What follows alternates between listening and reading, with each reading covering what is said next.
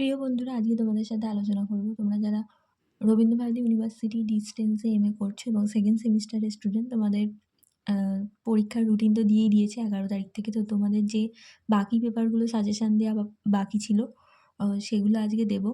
তো দেখো 2.5 পেপার, যেটা তোমাদের নাম রয়েছে পলিটিক্স ইন ওয়েস্ট বেঙ্গল। তো ওটা থেকে তোমাদের 15 মার্কসের পড়তে হবে। Write a note on the contextual variables and determination of West Bengal politics. পরবর্তী প্রশ্ন দেখো, discuss in details the reasons for the rise of the Trinamool Congress in West Bengal. দেখো তৃতীয় প্রশ্নে তোমাদের লিখেছি, evaluate the features of regional autonomy movement in West Bengal with special reference to Gorkhaland movement. তারপরে দেখো তোমাদের পড়তে হবে, examine the problems associated with migration in West Bengal after 1947.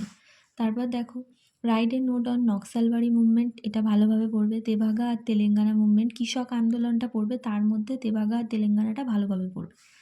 তারপর দেখো, peasant movement in India post and pre independence, ঠিক আছে, মানে স্বাধীনতার আগে আর পরে কৃষক আন্দোলনটা তোমাদের পড়তে হবে। দেখো, আর 15 মার্কসের লাস্ট প্রশ্ন তোমাদের জন্য যেটা রেখেছি সেটা হলো, discuss the origin and development of Panchayati Raj system in West Bengal.